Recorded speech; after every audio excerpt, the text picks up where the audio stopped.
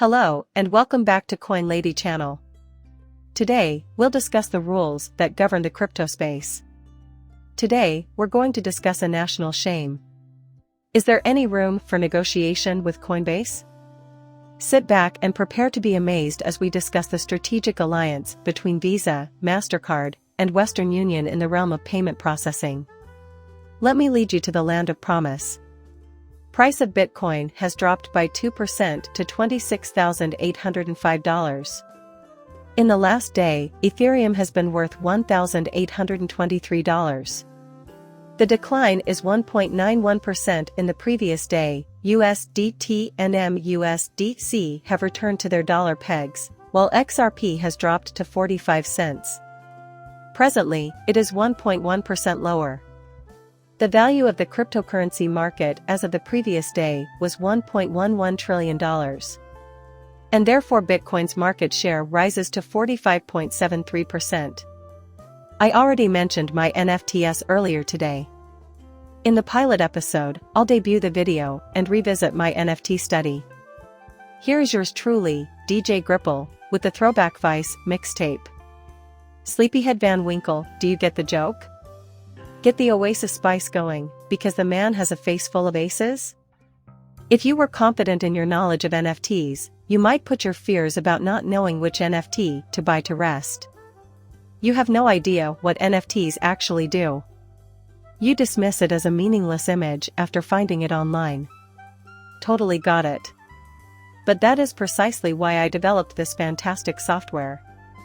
If you invest in NFTs, monthly payments will increase in proportion to the number of NFTs you own. That's how easy it is. The NFT is purchased and held by you. June 1st, if 30% of your revenue is in XRP, you get 30% back. It's literally that simple. Someone received around $4,000 last month. Our breeding lab is the first ever lab to create on the XRP ledger, and all these NFTs will be tying into that and other unique features. If you don't like doing any more, you can always sell your NFTs, because the market pricing floor keeps going up.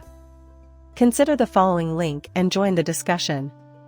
We welcome XRP, as well as major credit cards. Please help me expand my TikTok by signing up and subscribing to it. You may find the link in the video's description on YouTube. There are often 2 new videos uploaded every day. Let's talk about crypto laws for a moment. Let's have a look around. This was released by Michael Branch. An innovative global approach for supervising crypto assets and digital markets was unveiled by an international group of securities regulators on Tuesday, according to the report. It has been reported by Raul. The piece is provided below. It claims that IOSCO has unveiled a revolutionary global approach for governing crypto assets and the online economy. To combat these jurisdictional differences, the industry pushes for a standardized approach to regulation. They obtained a groundbreaking global plan on Tuesday, and it all started with the FTX liquidity crisis, which caused international foreign options, necessitating regulatory action. It claims that FTX lessons and understandings have been included into the framework. It expresses industry-wide concerns about the patchwork of rules across jurisdictions and calls for a unified approach to regulation. This request follows the bankruptcy filing by the FTX exchange due to a lack of liquidity.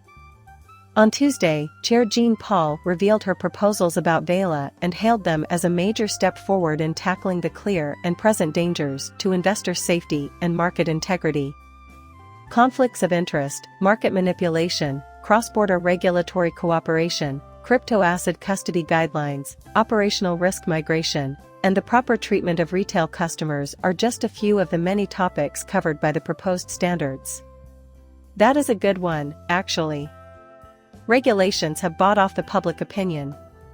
The action comes after the European Union adopted stringent new regulations for cryptography, increasing the pressure on other nations to follow suit.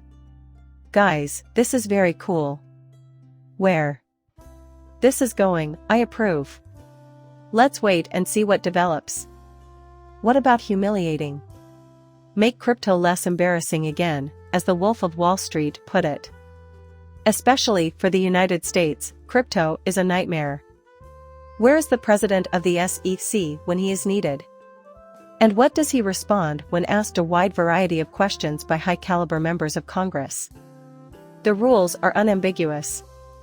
Then, well, Gary, what are the rules, is posed to him. Can you explain what Ethereum is if the ground rules are crystal clear? What does he say, exactly? The rules are crystal obvious, or else he'll break them and come out whenever he wants. He'll say something like, I can't speak on just one cryptocurrency. Yeah. In the United States, crypto is all the rage. Don't fret, though, since that's likely to change. Coinbase will help us get over it. This was released by Wheezy. This is a response from Coinbase's legal team to the SEC's arguments against LB's petition for a writ of mandamus, which were presented before the Third Circuit Court of Appeals late last night. Davis, though, is the perfect antidote to these remarkable realities. We are grateful for the court's thoughtfulness. You're right that we might have to delist a cryptocurrency if the SEC classifies it as a security. In addition, Coinbase may decide against delisting the token. Not even if the SEC classifies anything as a security. I'm still curious as to what's driving his dogged focus on XRP.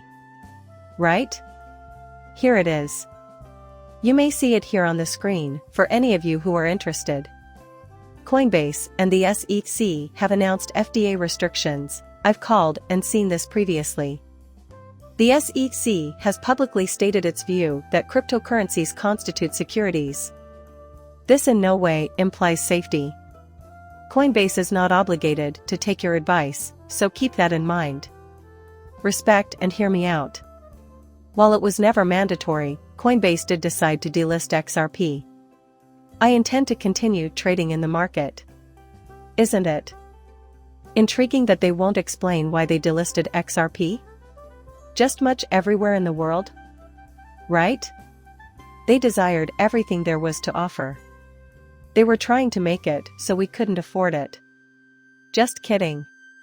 It's only a joke, people, a joke. Gary Gensler told you that he isn't in charge of rulemaking, so keep that in mind. He only provides direction. The court must validate them before they can be used. That was Gary, not me. Not my own. Come over here with me. There isn't much haggling going on. It's a fascinating line of inquiry. Keep in mind that in January, Bitstamp added the euro to the XRP ledger. The Bitstamp stake that Ped Terrace sold to Ripple. Who else is interested in the pin? Why did they already know that Terra didn't want Ripples on Bitstamp? It seems like there was some backroom bargaining going on, and it seems that 100%er has let it. The waves are coming in, too. The good news is that they are investing wisely. Everywhere that counts. Sincere, here's the next thread to use the euro-backed IOUs as your gateway. Get a good look at your toes, because Bitstamp has discontinued its XRP Ledger IOU services. In other words, this is a significant deal. What exactly is a Ripple? No. So, let's take Bitstamp that they wanted to purchase up Paint Rip aside it. There's where you really need to be asking your questions and looking, since there's something greater going on behind the scenes. Hear me out. Ripple released a payments by the numbers guide back in August. That clearly presents 3 use cases, namely remittances, payments to small and medium-sized enterprises, and treasury flows.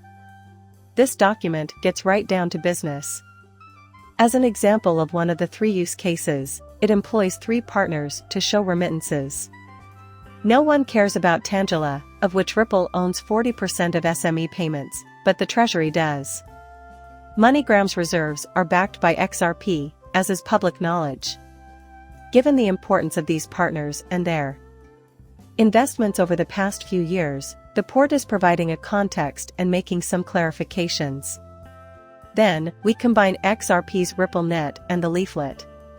It highlights 5 reasons why XRP is superior to other payment options, including the absence of a need for upfront capital, quicker transactions, 24/7 availability, reduced fees, and expanded markets.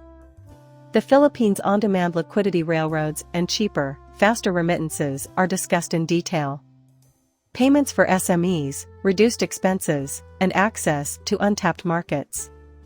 Treasury does not pre-fund 24/7 reports that they use XRP to get the foreign currency liquidity they need at the beginning of each week due to their global footprint in relation with current scheme payments. While only one bank is currently using XRPX, Rob notes that this is a significant step toward the day when multinational corporations no longer require banks for treasury movement because of the old promise of XRP eliminating pre-funding. Many people have warned you that the impact of this will be significant. When it does land, it will slap like hell. The CES new techniques are replacing the old system, there will be no more pre-funding, and everything will fall into place. Then, for a Fable, we get this. This was a proposal that Fable was utilizing in October of 2022, so less than 6 months ago. It involved cross-border platforms and strategic partners including MasterCard, Visa, Western Union, and Ripple. Alright, I'll blow this up for you. Alright, so we can talk about the money flow and leadership changes. Hello, Ripple on-demand liquidity, which owns 40% of the company. Let's check out some of the other collaborations that are listed under America's Pod Tool, Rational FX, and all of its licensed partners. These are all people who are XRP partners. The tragic backstory is common knowledge. We recognize Ripple as an integral aspect of this operation. This is a presentation slideshow used by Fable to explain their international payment processing technology. This slide is about live deployments at a standard chartered bank and how there is only a one-time integration required. Yes, feeding the remit of the SPM okay. Kodak Remit is one of the many platforms that uses Fable to send money internationally and is already integrated with the Ripple network. Do you think that this is because they are able to tap into Fable without having to invest in expensive gear or maintain their own networks? Now that Fable's pre-connection is public, they can begin utilizing it. Don't let them intimidate you, and don't go chasing after stable coins. Instead, join the rest of us in preparing for the inevitable arrival of decentralized digital currency. It's all over today. And please like and subscribe my channel. See you later, bye.